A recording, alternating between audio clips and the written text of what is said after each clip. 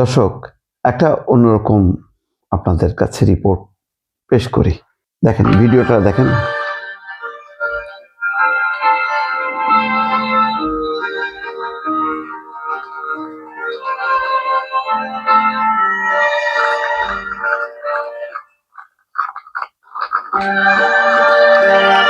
আচ্ছা, এটা মাঝে হলো এই যে রাষ্ট্রপতি শাহাবুদ্দিন এখন কিন্তু অনেকটা নির্ভার বা বিপদ মুক্ত। তার সর্বশেষ বিপদ ছিল ডক্টর মোহাম্মদ ইউনূস নিজেই।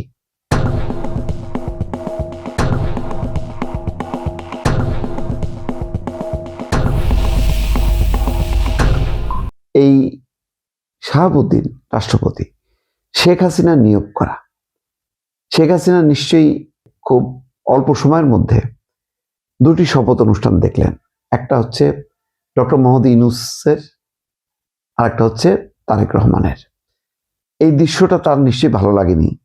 তিনি দিল্লিতে বসে তার নিজের শপথ অনুষ্ঠান 2025 সেটা দেখলেন, তিনি নিজে কাছ থেকে দেখলেন। তিনি কখনো কল্পনাও করতে পারেননি যে তার নিযুক্ত রাষ্ট্রপতি পরবর্তী সময় 7 মাসের মাথায় আগস্ট মাসে ডক্টর মোহাম্মদ ইউনূসের শপথ বাক্য পাঠ করাবেন, তারপরে তারেক রহমানের শপথ বাক্য পাঠ করাবেন। তিনি কিন্তু সংবিধান অনুযায়ী একেবারে তার বাইরে যাচ্ছেন না। কেউ বলতে পারবেন না যে তিনি সংবিধানকে ভায়োলেট করেছেন। যদিও একবার মতিউর রহমান চৌধুরীর সঙ্গে কি কথা বলেছেন, সেই কথাটা তিনি মতিউর রহমান চৌধুরী আপ করার পর একেবারে বঙ্গভবন উড়ায় দাও করে একটা বিশাল মব তৈরি হয়েছে। এবং ডক্টর মোহাম্মদ ইউনূস তিনি কিন্তু যত যাই বলুক না কেন, তিনি ভালো আচরণ করেননি, শাহাবুদ্দিনের সাথে ভালো আচরণ করেননি, অথচ তার কাছেই শপথ নিয়েছেন। এখন রাষ্ট্রপতি হিসেবে এই প্রোটোকলটা তো মানতেই হবে। আপনি বিদেশে গেছেন, আসছেন, তার সঙ্গে মানে রিপোর্ট পেশ করার কথা প্রতিবার, এমনকি বিভিন্ন দিবসও ডক্টর মোহাম্মদ ইউনূস যাননি।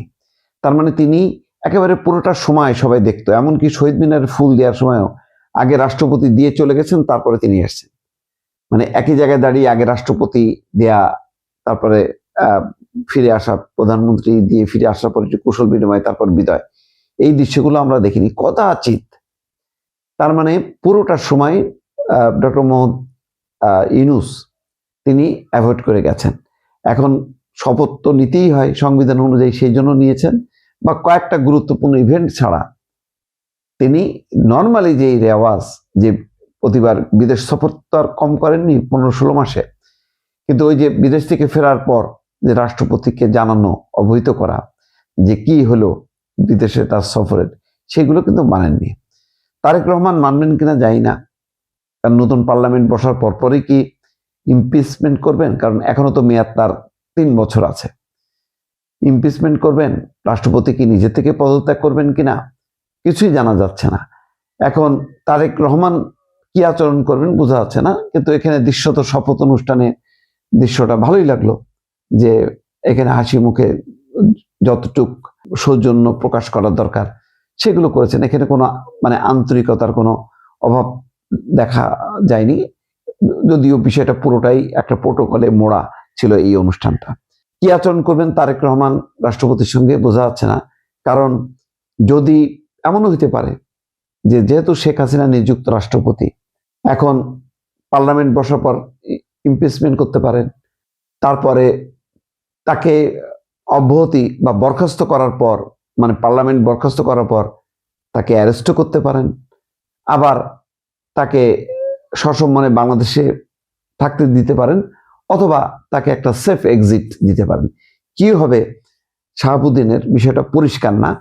তবে যতটুক বোঝা যায় যে তারেক রহমান যেহেতু প্রায় 1.5 বছর বিএনপির কারণেই বলতে গেলে শাহাবুদ্দিন টিকে গেছে, শাহাবুদ্দিনকে টিকে রাখার পেছনে মূল যুক্তি ছিল যে শাহাবুদ্দিন যদি সরে যায় তাহলে আর সংবিধানের কিছুই থাকে না, মানে একটা সাংবিধানিক সংকট তৈরি হবে, এটা বিএনপি নেতারা বলেছেন। সেই কারণে তারা শাহাবুদ্দিনকে সরানোর পক্ষে এই যে জামাত এনসিপি বা অন্যদের যে চাপ, সেই চাপটা বিএনপি উপেক্ষা করেছে। এখন এই অবস্থায় এখন তো বিএনপি পাওয়ারে, যেহেতু পাওয়ারে, সেই কারণে এখন তার ক্ষমতা আছে, সে ইমপিচমেন্ট করে মানে তাকে বেকায়দে ফেলতে পারেন। কিন্তু সেটা কি করবেন? আমার ধারণা, যেহেতু 15-16 মাসে 5ই আগস্টের পর থেকে বিএনপি কার্যত রাষ্ট্রপতি শাহাবুদ্দিনকে প্রোটেকশন দিয়ে গেছেন, ফলে বাকি সময় যতদিন শাহাবুদ্দিন থাকেন, যদি নর্মালিও তিনি পদত্যাগ করেন, তখনও মানে তার মেয়াদের পর, তখনও কিন্তু বিএনপি ক্ষমতায়, 3 বছর পর। আর যদি ইমপিচমেন্ট করেন, তারপরও শাহাবুদ্দিনকে টাচ করবে, শাহাবুদ্দিনকে কোনো বিপদে ফেলবে, আমার সেটা মনে হয় না। অনেকটা ওই যে মানে ফখরুদ্দিন মঈনুদ্দিনের মতন, হাসিনা আসার পর ফখরুদ্দিন মঈনুদ্দিনের বিরুদ্ধে আওয়ামী লীগের অনেক নেতা সোচ্চার ছিল যে তাদেরকে অত্যাচার করা হয়েছে, নির্যাতন করা হয়েছে, মিথ্যা মামলা দেওয়া হয়েছে, কিন্তু মঈনুদ্দিন ফখরুদ্দিন কিন্তু নিরাপদ ছিলেন। আমার ধারণা যে রাষ্ট্রপতি শাহাবুদ্দিনও নিরাপদ থাকবেন তারেক রহমানের শাসন আমলে। দর্শক।